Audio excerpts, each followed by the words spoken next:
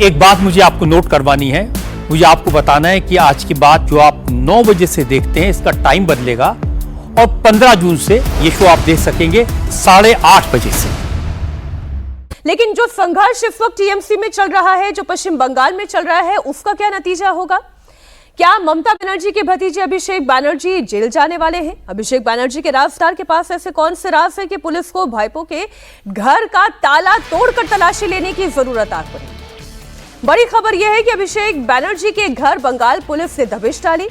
Police ने करीब 5 घंटे अभिषेक के घर की जांच की। खबर है कि पुलिस को अभिषेक बनर्जी के खासम खास और पीए सुमित रॉय की तलाश है।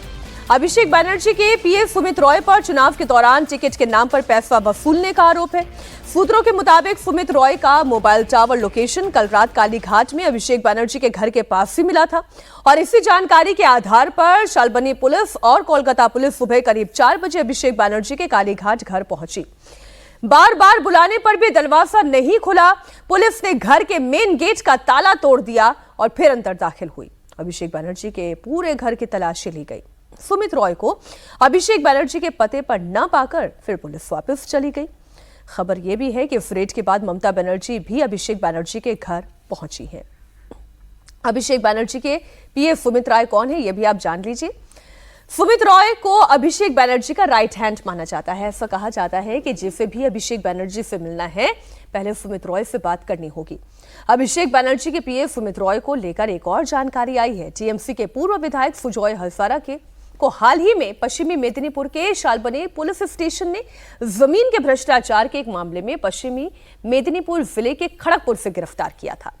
सुजॉय हजारा से पूछताछ और कागजात की जांच के बाद पुलिस को यह पता चला कि सुजॉय हजारा से अभिषेक बनर्जी के पीए सुमित रॉय को बड़ी रकम ट्रांसफर की गई थी। तो मामला जितना छोटा पहले दिख रहा था उतना छोटा है नहीं, ये मामला बहुत बड़ा है और भ्रष्टाचार के तार केवल अभिषेक बनर्जी, ममता बनर्जी, अभिषेक बनर्जी के पीए सुमित रॉय से नहीं बल्कि फिर वो हजारा तक जा रहे हैं। पुलिस जो है वो पीए को खोज रही है, पीए गायब हैं, अभिषेक बनर्जी के घर का ताला तोड़ा जा रहा है। इस पर भाईपो भड़के हुए हैं।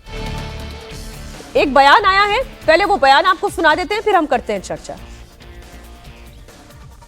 আপনি তদন্তকারী সংস্থা নয়, তদন্তকারী সংস্থার সাথে গিয়ে কথা বলুন, তারা সার্চ করে গেছে, উত্তর তারা দেবে। আমি তদন্তকারী সংস্থার প্রতিনিধি নই।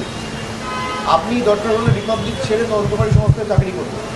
লুকিয়ে রেখেছি কি না আমার পুরো বাড়ি সার্চ হয়েছে, উত্তর তদন্তকারী সংস্থার প্রতিনিধিদের জিজ্ঞেস করুন।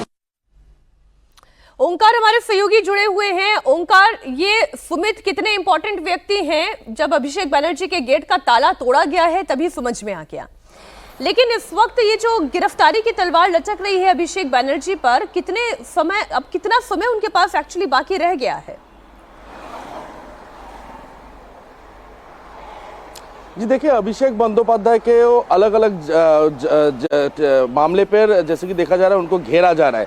सिर्फ विधानसभा में सिग्नेचर घोटाले मामले नहीं, इसके अलावा अभिषेक बंदोपाध्याय ने चुनाव के दौरान जो भड़काऊ भाषण दिया था डीजे चलाने जैसा, उस पर भी कल नोटिस दिया गया है सीआईडी को। लेकिन आज जैसे कि देखा गया, आज सुबह करीब 4 बजे अभिषेक बंदोपाध्याय के घर पर शालबनी थाने के पुलिस और कोलकाता कालीघाट थाने के पुलिस पहुंच गई और ये मामला जो है, ये मामला सुमित राय के है। सुमित राय कौन है? सुमित राय है अभिषेक बंदोपाध्याय के पीए। हाल ही में पश्चिम मिदनापुर से जैसे कि एक जमीन भ्रष्टाचार मामले पर सबसे पहले पूर्व विधायक सुजॉय हाजरा को गिरफ्तार कर लिया गया और सुजॉय हाजरा से पूछताछ करने के बाद, उनका कागजात देखने के बाद जो पुलिस के सामने आया कि करोड़ों रुपए सुमित राय के अकाउंट में ट्रांसफर किया गया था सुजॉय हाजरा द्वारा। तो ये सुजॉय हाजरा से पूछताछ करने के बाद सुमित राय का नाम सामने आया और क्यों इतना पैसा ट्रांसफर किया गया था। सूत्रों के हवाले से जो खबर मिल पा रहा है वो है कि सुमित राय ने सुजॉय हाजरा को चुनाव में टिकट देने के लिए ये पैसा लिया था, ऐसा ही सूत्रों का कहना है। तो इस वजह से कल जैसे कि देखा गया, देर रात को सुमित राय का टावर लोकेशन कालीघाट में स्थित अभिषेक बंदोपाध्याय के घर के आसपास मिला। तो सुबह करीब 4 बजे अभिषेक बंदोपाध्याय के घर पर शालबनी थाना के पुलिस और कोलकाता के पुलिस पहुंच गया और पहुंचने के बाद आप नजर बनाए रखें। अभी तो मुश्किलें जो हैं वो बढ़ती ही चली जाएंगी। आपकी दी हुई पूरी डिटेल से समझ में आ रहा है, सवाल वही है कि कितने दिन बाकी हैं? देखिए, अगर ट्रैक रिकॉर्ड देखिएगा भारतीय जनता पार्टी का, तो वो ये है कि किसी बड़े नेता को गिरफ्तार नहीं किया जाता है सरकार से हटाने के बाद भी। बीजेपी चुनाव जीत जाती है लेकिन अरेस्ट नहीं करती है। बीजेपी ने सबसे ज्यादा कैंपेन पूरे देश के राष्ट्रीय स्तर पर देखिए तो राहुल गांधी और उनके परिवार और रॉबर्ट वाड्रा के खिलाफ किया, किसी की गिरफ्तारी नहीं हुई। लालू यादव के परिवार के खिलाफ हुआ, किसी की गिरफ्तारी नहीं हुई। अखिलेश यादव के खिलाफ, उनके परिवार के लोगों के खिलाफ हुआ, किसी की गिरफ्तारी नहीं हुई। बड़े नेता आमतौर पर जो मुख्य विपक्षी है उनके नेताओं को भी भारतीय जनता पार्टी की जो सरकारें बनती हैं वो गिरफ्तार नहीं करती हैं। अब अभिषेक बनर्जी हो सकता है कि अपवाद हो, उनको गिरफ्तार किया जाए, क्योंकि अभिषेक बनर्जी के खिलाफ बहुत ज्यादा गुस्सा है लोगों में, और आम लोगों में ही नहीं, तृणमूल कांग्रेस के अपने लोगों में भी बहुत गुस्सा है। तो हो सकता है कि ये अपवाद बनाया जाए, लेकिन अभी जो हम मामले देख रहे हैं वो मामला क्या है कि भड़काऊ भाषण दिया, वो मामला यह है फर्जी साइन का। अब ये टिकट बेचने में पैसे लिए, ये तो इस नाम पर जाइएगा तो सब पार्टी के सारे नेता पकड़े जाएंगे। बीजेपी के बड़े नेताओं को छोड़ दे, जो मान लीजिए, या बीजेपी को छोड़ दे जहां पैसे का खेल नहीं होता है, तो बाकी सारी पार्टियों में लोग पैसे का खेल करते हैं, टिकट पैसा लिए बिना टिकट देते ही नहीं है। तो ये पकड़ा जाए अगर, तो इस तरह के मामलों में अगर पकड़े जाते हैं, अभिषेक बनर्जी के खिलाफ बड़े इशूज हैं, बड़े इशूज। कोयला तस्करी के मामले में उनके ससुराल का पूरा परिवार फंसा हुआ है, और ऐसा नहीं, उस जिस मामले में आप आईपैक के तमाम लोगों को अरेस्ट कर रहे हैं, नोटिस दे रहे हैं कोयला तस्करी के पैसे का, तो उसमें क्यों नहीं जांच हो सकती है अभिषेक बनर्जी की? बहुत बड़े बड़े मामले हैं। आपने फर्जी फाइन की बात कर ली, सीआईडी का शिकंजा फर्जी फाइन मामले में भी बढ़ रहा है। इस केस के बाद अब अभिषेक बनर्जी पर भड़काऊ बयानबाजी के मामले में पूछताछ होगी। सीआईडी ने अभिषेक बनर्जी को चुनाव के दौरान हेट स्पीच देने के मामले में भी नोटिस दिया।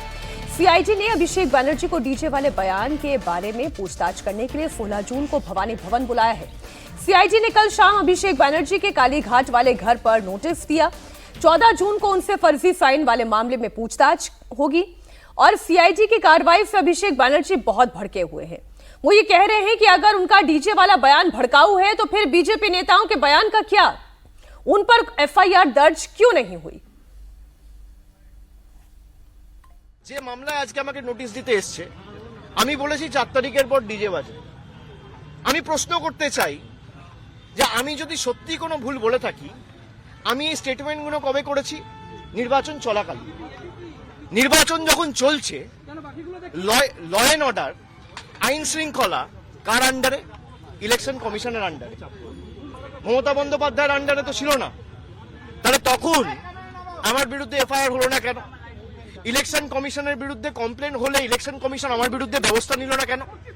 তার কারণ, আমি যদি ডিজে বাজানোর কথা বলে থাকি, দেশের স্বরাষ্ট্রমন্ত্রী বলেছেন তৃণমূলের লোকেদের উল্টো করে ঝুলিয়ে দিয়ে সোজা করে দেবো।